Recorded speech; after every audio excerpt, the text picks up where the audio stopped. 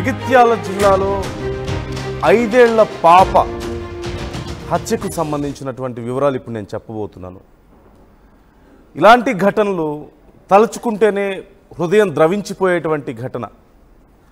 కొన్ని విషయాలు ఈ ఘటనలో జరిగినటువంటి కొన్ని అంశాలు చెప్పాలంటే పదాలు వెతుక్కోవాల్సినటువంటి పరిస్థితి. అండ్ ముందే నేను హెచ్చరిస్తున్నాను, ఈ ఓవరాల్గా ఈ ఇన్సిడెంట్కి సంబంధించి చెప్పేటప్పుడు కొన్ని పదాలు కఠినంగా ఉపయోగించాల్సి వస్తుంది.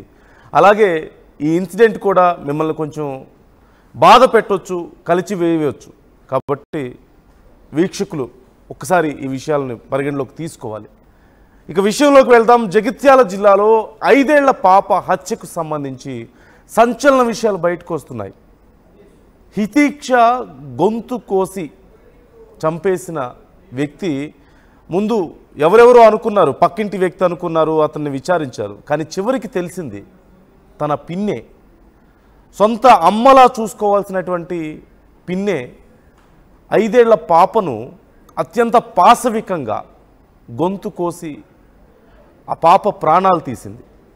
అయితే ఈ కేసును పక్కదోవ పట్టించడానికి పక్కింటి విజయ్ ఇంట్లోని ఒక బాత్రూంలో ఆ పాప మృతదేహాన్ని అక్కడ ఉంచేసి ఆ కేసును తప్పుదోవ పట్టించడానికి చాలా ప్రయత్నాలు చేసింది. పిల్లలతో ఆడుకుందామని తీసుకెళ్ళి హితీక్ష ప్రాణాలు తీసింది మమత.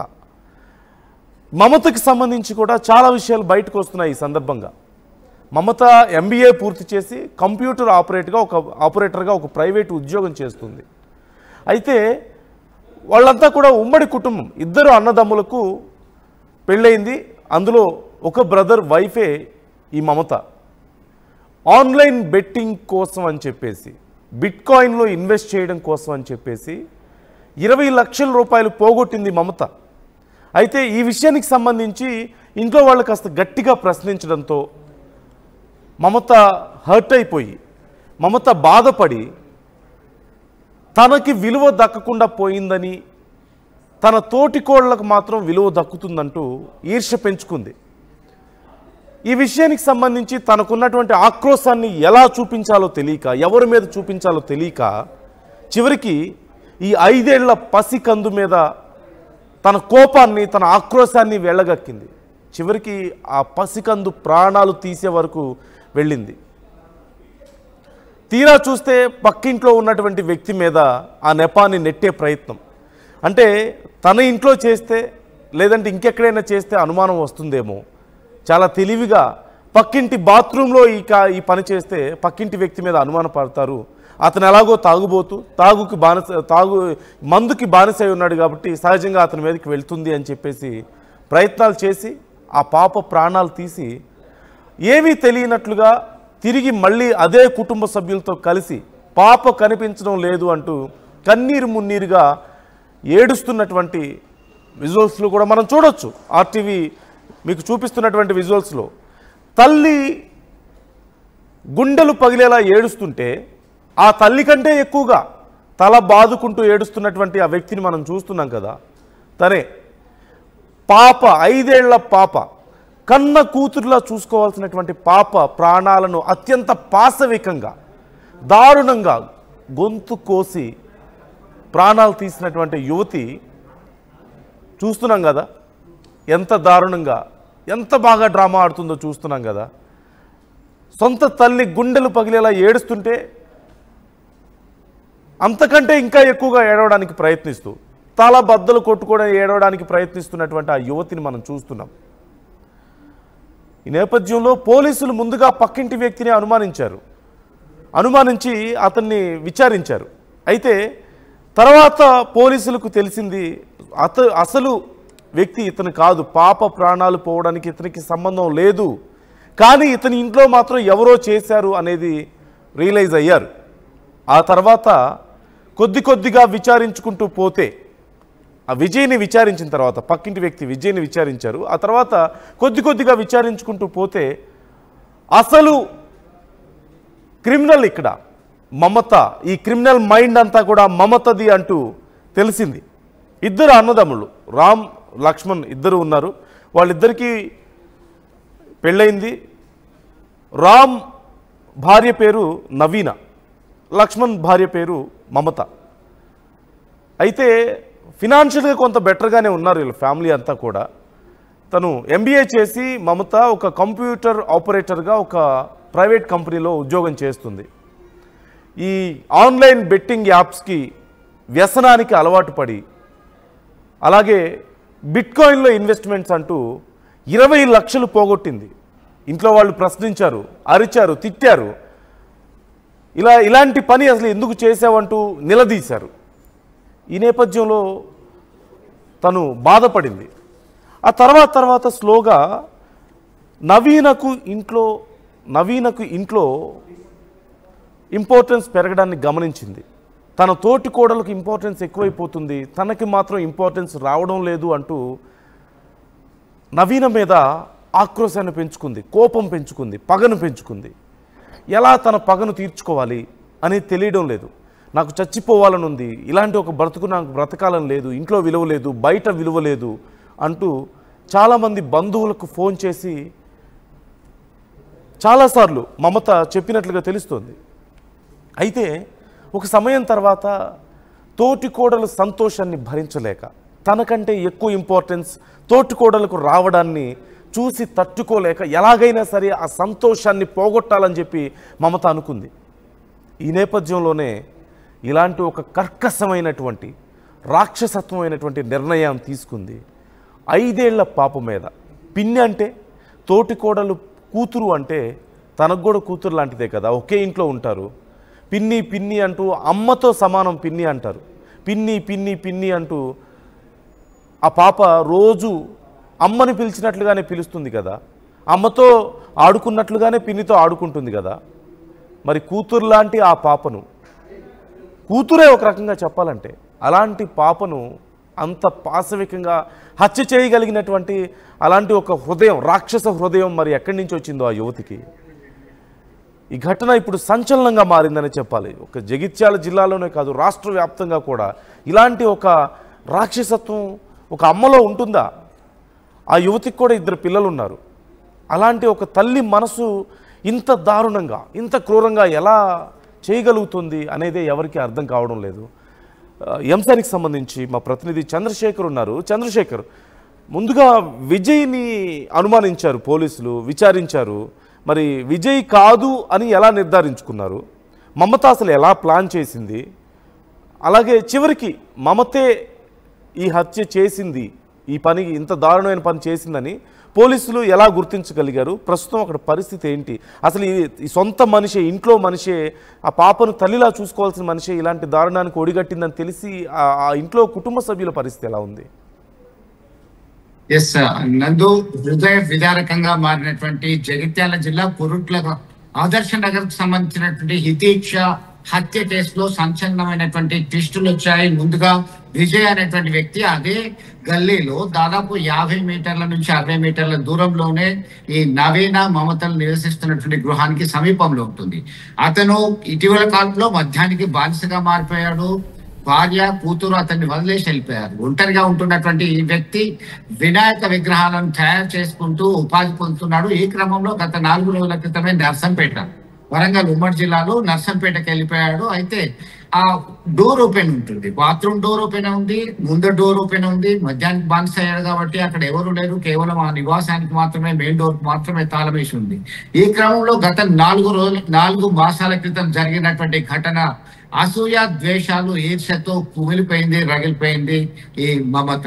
తోటికోడలికి రోజు రోజుకు ప్రాధాన్యత పెరుగుతుంది, తనకి తగ్గుతుంది. ఎట్లానైనా నేను దీన్ని భరించలేకపోతున్నానని చెప్పేసి వాపోయినటువంటి సందర్భంలోనే పక్కా ప్లాన్ చేసి ఆడుకుందాం దా అని చెప్పేసి మొన్న జరిగినటువంటి పీరీల పండుగ మహర్రం, తెలంగాణ ప్రాంతంలో మహర్రంలో, పర్టికులర్ గా జగిత్యాల ప్రాంతంలో పీరీల పండుగ వచ్చిందంటే కుల మతాలకు అతీతంగా వస్తారు. పులి వేషధారులను డప్పు చప్పుల మధ్య కోలాహలంగా జరుగుతుంది. ఇదే క్రమంలో అప్పటికే పక్కా ప్లాన్ తో ఉన్నటువంటి మమత ఒక పదునైనటువంటి ఆయుధాన్ని వెంట తీసుకొని ఆడుకుందాం దా చిన్న హితీక్ష అంటే సరే అమ్మ అంటూ వెళ్ళిపోయిన తర్వాత ఆ సౌండ్ పాప అరుపులు కలిసిపోతాయి అనుకుందా, మరేంటో తెలియదు కానీ బాత్రూంలోకి వెళ్ళి విచక్షణ రహితంగా అంతం చేసింది, చనిపోయిందని నిర్ధారించుకున్న తర్వాత ఆ పాపను అక్కడే పడేసి ఆ వెంట తెచ్చుకున్నటువంటి కత్తిని ఆమె లెగ్గిన్ కి కొంత బట్టలకి రక్త మరకలు అంటాయి, వాటిని గబగబా చుట్టేసి డ్రెస్ మార్చుకుని సమీపంలో ఉన్నటువంటి ఒక ఫంక్షన్ హాల్ దగ్గర వెళ్ళింది. పాప లేదు, కనపడట్లేదు అని చెప్పేసి దాదాపు 2 గంటల సమయం తర్వాత తెలుసుకున్నటువంటి కుటుంబ సభ్యులు 1 అవర్ వరకు వారు సొంతంగా వెతికారు. తెలిసిన వారి దగ్గర ఉందేమో, వారి ఫ్రెండ్స్ దగ్గర ఉందేమో. 5 ఏళ్ళు చిన్నారికి ఆ పరిసర ప్రాంతాల్లో అందరితో మంచి ర్యాప్ ఉంది, అటాచ్మెంట్ ఉంది, ఆప్యాయత అనురాగాలకి సంబంధించిన గల్లీని మనం పేర్కొనొచ్చు. ఈ క్రమంలో ఎక్కడా లేదని తెలిసిన తర్వాత పోలీసులను ఆశ్రయించారు. పోలీసులను ఆశ్రయించిన తర్వాత పోలీసులు అక్కడ ఇక్కడ విచారణ జరుపుతూ సమీపంలో ఉన్నటువంటి వాష్రూమ్ లోకి వెళ్ళేసరికి చాలా షాక్ అయిపోయారు. మొత్తం మీద పాప ఇక లేదు, విగత జీవిగా ఉంది, అత్యంత దారుణంగా హతమార్చారని చెప్పేసి నిర్ధారణకు వచ్చారు. పోలీస్ డాగ్ రంగంలోకి వచ్చింది. డాగ్ స్క్వాడ్ వచ్చిన తర్వాత వెంటనే ఆ డాగ్ మమత ఇంటికే వెళ్ళింది, పాప ఇంటికే వెళ్ళింది. దీంతో ఒక్కసారిగా షాక్ అయి మమత ఫోను, కుటుంబ సభ్యులు అందరి ఫోన్లు తీసుకున్నటువంటి తరుణంలో ఆ వీడియోస్ డిలీట్ అయినటువంటి విషయాన్ని పోలీసులు నిర్ధారించుకున్నారు, కానీ ఎక్కడ రివీల్ చేయలేదు. ఆ విజయ్ చేసి ఉంటాడు, మద్యంకి బానిసయ్యాడు, అలాగే గతంలో చిన్న చిత్క నేరాలు చేసినటువంటి చరిత్ర ఉంది కాబట్టి ఆయన మీద ముందుగా అనుమానం పోతే తను తప్పించుకోవచ్చు. వారికి ఉన్నటువంటి కులబలం కావచ్చు, ఆర్థిక పరమైనటువంటి అంశాలు, పలుకుబడి కావచ్చు. ఈ పాపను అతనే అంతం చేశాడని అతని మీద దాడి చేసి విచక్షణ రహితంగా దాడి చేసి అంతం చేస్తే ఇది ఇక్కడితో కథ ముగిసిపోతుంది, డైవర్ట్ అవుతుంది, తను నేరం చేసినటువంటి విషయం కూడా బయటకు రాదు అని చెప్పేసి పక్కా ప్లాన్ తోనే ఆమె ఈ ఘాతుకానికి పాల్పడింది. అయితే ఆయన నర్సంపేటలో ఉండడము, తాను కాదని చెప్పడము, అలాగే పోలీసులు అతన్ని కూడా తీసుకొచ్చి విచారణ జరిపినటువంటి క్రమంలో నిర్ధారణకు వచ్చారు. అప్పుడే ఎప్పుడైతే డాగ్ స్క్వాడ్ వెళ్ళిందో, మమతని వైపు చూసించో అక్కడే చూపెట్టిందో, దానికి సంబంధించినటువంటి మొబైల్ వీడియోస్ డిలీట్ కావడము, సీసీ ఫుటేజ్ ని గమనించడము, అక్కడ డ్రెస్ చేంజ్ అయి ఉండడము, ఆ కొద్దిసేపట్లో 3 సార్లు పాప మిస్ అయింది అనేటువంటి క్రమంలో 3 నుంచి 4 సార్లు ఆ బాత్రూమ్ దగ్గరికి రావడము, వెళ్ళడము, కేవలం ఒక్కరు. ఇదంతా కూడా అనుమానానికి ఆస్కారం వచ్చింది అని చెప్పేసి పోలీసులు గమనించి పోలీస్ మార్పు విచారణ చేశారు. మొదటి రాత్రి అదుపులోకి తీసుకున్న తర్వాత జగిత్యాల జిల్లా ఎస్పీ అశోక్, మెట్పల్లి డిఎస్పీ రాములు, ఇతర సిఐలు, ఎస్ఐలు, పోలీసులు 2 బృందాలుగా విడిపోయి తమ యొక్క మార్పు కొనసాగించారు. ఎందుకంటే చాలా సెన్సిటివ్ ఇష్యూ. పాపను అత్యంత క్రూరంగా హతమార్చింది ఎవరు, ఎందుకు, ఈ కారణం ఏమై ఉంటుంది, ఇంత ఘాతుకానికి ఎవరు ఒడిగట్టారనేటువంటి కోణంలో విచారణ జరిపితే గత 4 మాసాల కిందము ఈమె బిట్ కాయిన్ ఆన్లైన్ బెట్టింగ్ లో దాదాపు 20 లక్షల వరకు కోల్పోయింది. సైబర్ క్రైమ్ కి సంబంధించినటువంటి పోలీసులకు ఫిర్యాదు చేసింది మమత. అయితే మేమంతా ఉపాధి కొరకు రామ్, లక్ష్మణ్ ఇద్దరు కావలేదు, అతని తండ్రి మదన్ భార్య లక్ష్మి, వీళ్ళంతా సైతము 3 తండ్రి 2 కొడుకులు సౌదీ అరేబియాలో ఉపాధి పొందుతున్నటువంటి క్రమంలో డబ్బులన్నీ పంపిస్తుంటే మీరు ఇట్లా వృధా చేయడం ఏంటి, ఇంత దారుణమా, ఏమైనా బుద్ధి ఉందా అనేటువంటి కోణంలో సహజంగానే క్లాస్ పీకుతారు.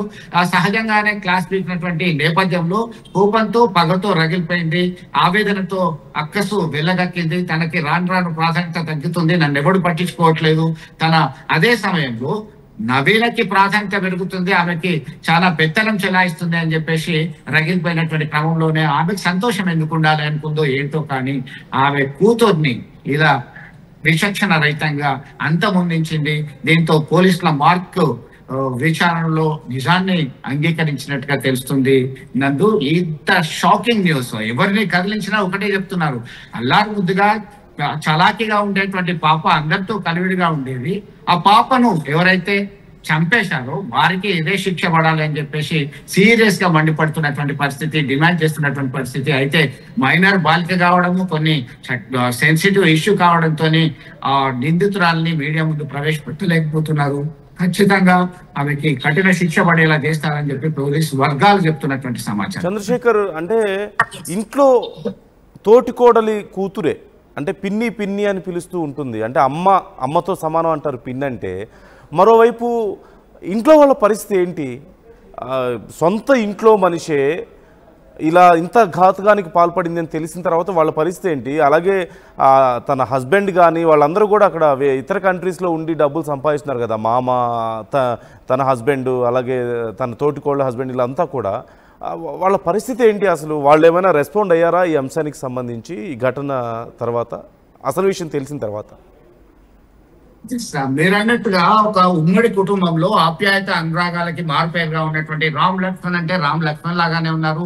గతంలో వాళ్ళు దుబాయ్ గల్ఫ్ కంట్రీస్ కి వెళ్ళొచ్చిన తర్వాత సైతం కోరుట్లలో ఒక సూపర్ మార్కెట్ నిర్వహించారు. చాలా ఆర్థికంగా బలపడ్డారు. ఈ క్రమంలో మళ్ళీ తండ్రితో కలిసి ఇద్దరు కుమారులు వెళ్ళినటువంటి నేపథ్యంలో ఒకవైపు ఒక్కసారిగా ఈ ఘటన తర్వాత షాక్ గురయ్యారు. చిన్న భిన్నమైపోయింది కుటుంబం అంతా కూడా. ఎందుకంటే కలిసి మెలిసి ఉండి అంతా అభివృద్ధి బాటలో ఉంది, ఇక ప్రాబ్లమ్స్ ఏమీ లేవు, బాగానే సెటిల్ అయిపోయినాం అనుకున్నటువంటి నేపథ్యంలో ఒక్కసారిగా తన మనవరాల్ని కోల్పోయినటువంటి ఆ తాత నానమ్మ పరిస్థితి, తన కూతుర్ను ఓడగొట్టుకున్నటువంటి రామ్ నవీనల పరిస్థితి దయనీయంగా మారింది. అదే సమయంలో లక్ష్మణ్ నా అన్న కూతురు చనిపోయింది అని ఒక ఆవేదన ఒకవైపు, రెండో వైపు తన భార్య ఈ ఘాతకానికి పాల్పడింది, నేరస్తురాలుగా మారి జైలు శిక్ష అనుభవించాల్సి వస్తుంది అనేటువంటి ఆవేదన మరొక వైపు. ఇలాంటి పరిస్థితి ఎవరికి రాకూడదు అనేటువంటి కోణంలోనే వాళ్ళు ఆవేదన వ్యక్తం చేస్తున్నటువంటి పరిస్థితి. మొత్తానికి నేరానికి పాల్పడ్డ వాళ్ళు ఎవరైనా సరే శిక్ష పడాల్సిందే అని చెప్పి ఇరుగు పొరుగు మాట్లాడుతున్నటువంటి పరిస్థితి. తాము ఏమి మాట్లాడడానికి వెళ్ళలేదు, ఏం మాట్లాడతాము, ఏం చెప్పమంటారు అనే ఆవేదన మాత్రమే ఆ కుటుంబ సభ్యుల నుంచి వస్తున్నటువంటి పరిస్థితి. చాలా షాక్ గురైనటువంటి పరిస్థితి. మొత్తం డిస్టర్బెన్స్ అయిపోయింది. మానవ సంబంధాలు అన్ని కూడా మంట కలిసాయంటే ఇది ప్రత్యక్ష ఉదాహరణగా చెప్పుకోవచ్చు నందు. దీనిలో భాగంగా ఈ పరిస్థితి ఎప్పుడు చక్కబడుతుంది, అసలు చక్కబడుతుందా లేదా అంటే అనుమానంగానే ఉంది Nandu. Right, thank you Chandrasekhar. మొత్తం మీద ఈ ఘటన గురించి విన్న ప్రతి ఒక్కరూ కూడా భయభ్రాంతులకు గురవుతున్న పరిస్థితి ఒక రకంగా చెప్పాలంటే. అంటే తల్లితనానికి ఆడతనానికి కూడా మచ్చ తెచ్చేటువంటి దారుణమైనటువంటి మనస్తత్వం ఇది.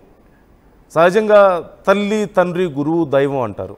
దైవం కంటే కూడా ముందు తల్లినే పెట్టారు. అలాగే తల్లిని మించిన దైవం లేదు అని చెప్తుంటారు.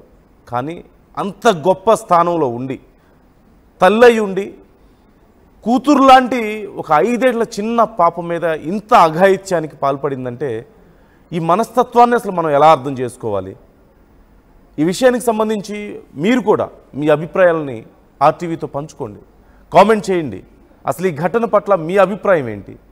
ఇలాంటి ఒక మనస్తత్వాన్ని చూసిన తర్వాత మీరేమనుకుంటున్నారు? అసలు ఇలాంటి మనస్తత్వం ఎందుకు ఇలాంటివి జరుగుతున్నాయి, ఇలాంటి ఘటనలు జరుగుతున్నాయి? ఇలాంటి వాళ్ళకి ఎలాంటి శిక్షలు పడాల్సిన అవసరం ఉంది? ఈ అంశాల పట్ల మీరు కూడా మీ అభిప్రాయాలను ఆర్టీవీతో పంచుకోండి.